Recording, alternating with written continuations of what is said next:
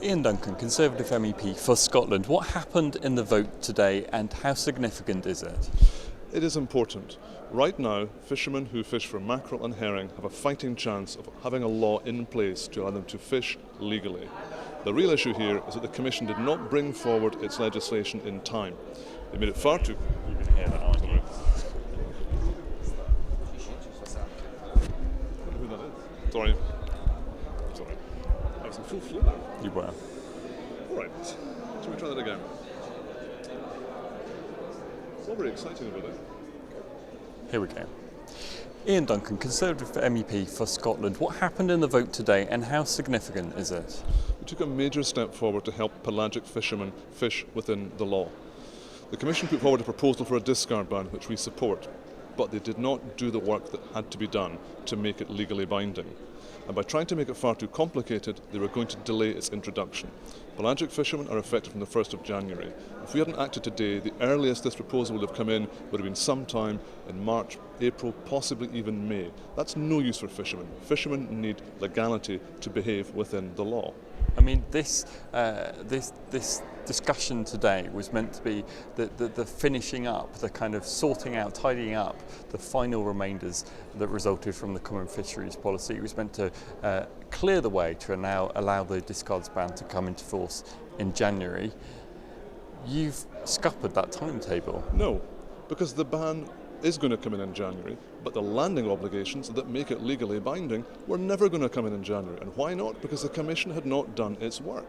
That's the point. You can't simply tell fishermen that they should do something, but then not tell them what it is they should do. This should have been brought in at the same time as the discard ban. It was not. That was bad for fishermen. The only people to blame for this are here in this institution right now. The Commission should have done its job properly. It did not. Why did you want to split the requirements in this law? You support, as you say, discard bans all out. Why did you want to amend the proposals? Because that's what the Commission had done. The Commission introduced the discard ban in a phased manner. From the 1st of January it affects pelagic. From the 1st of January in 2016 it affects demersal. So why on earth we're going to try and bring in a proposal for pelagic that doesn't arrive until the middle of the year is lunacy. What we've done now, by focusing it solely upon pelagic, is giving the pelagic fishermen a fighting chance to have the law ready. And then we've got 12 months, 12 whole months for the Commission to get its act together, so we've got the demersal material ready for the 1st of January 2016.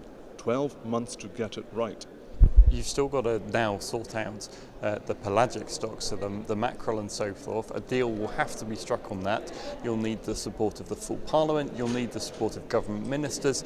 Is that going to happen? Well, the important thing is, in the Fisheries Committee now, I was not acting alone. I had the support of the major groups, including the rapporteur of the EPP, so the largest single group in the Parliament. We were on side recognising that if we acted together, we could get this to work for fishermen, to ensure that fishermen can work within the discard ban, to ensure that discarding is halted. And we've made sure the focus here is on the pelagics.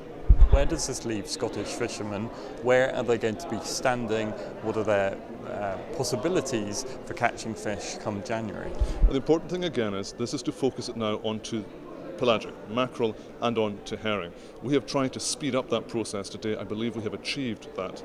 We've also bought time for the remainder of the Scottish fisheries, the cod fishery, the haddock and so on. We've got a year now to learn both from how we've done things with the pelagics, to learn those lessons and to apply them then in the future. Because again, that fishery is not affected until the 1st of January 2016. 12 months to get it right. How confident are you that the full Parliament and indeed government ministers will back you and allow this change? So, as you say, pelagic discards ban can go ahead as soon as possible, if not at the beginning of next year. It is the right thing. I've been lectured by several people telling me it was all about fishermen. And I would say to them, but this is not going to be there in time for the beginning of the year, for the 1st of January. And they say, well, no, it won't, but we'll do our best to get in shortly thereafter. So you're thinking, well, it's about fishermen, but apparently not about pelagic fishermen. They could be sacrificed while we spend longer trying to get it right for the most complicated mixed fishery in the world. And that's the one in the North Sea. We've now got 12 months to get it right for the North Sea fishery that's mixed, but we've got plenty of time now to get this right in play for the pelagic fisheries.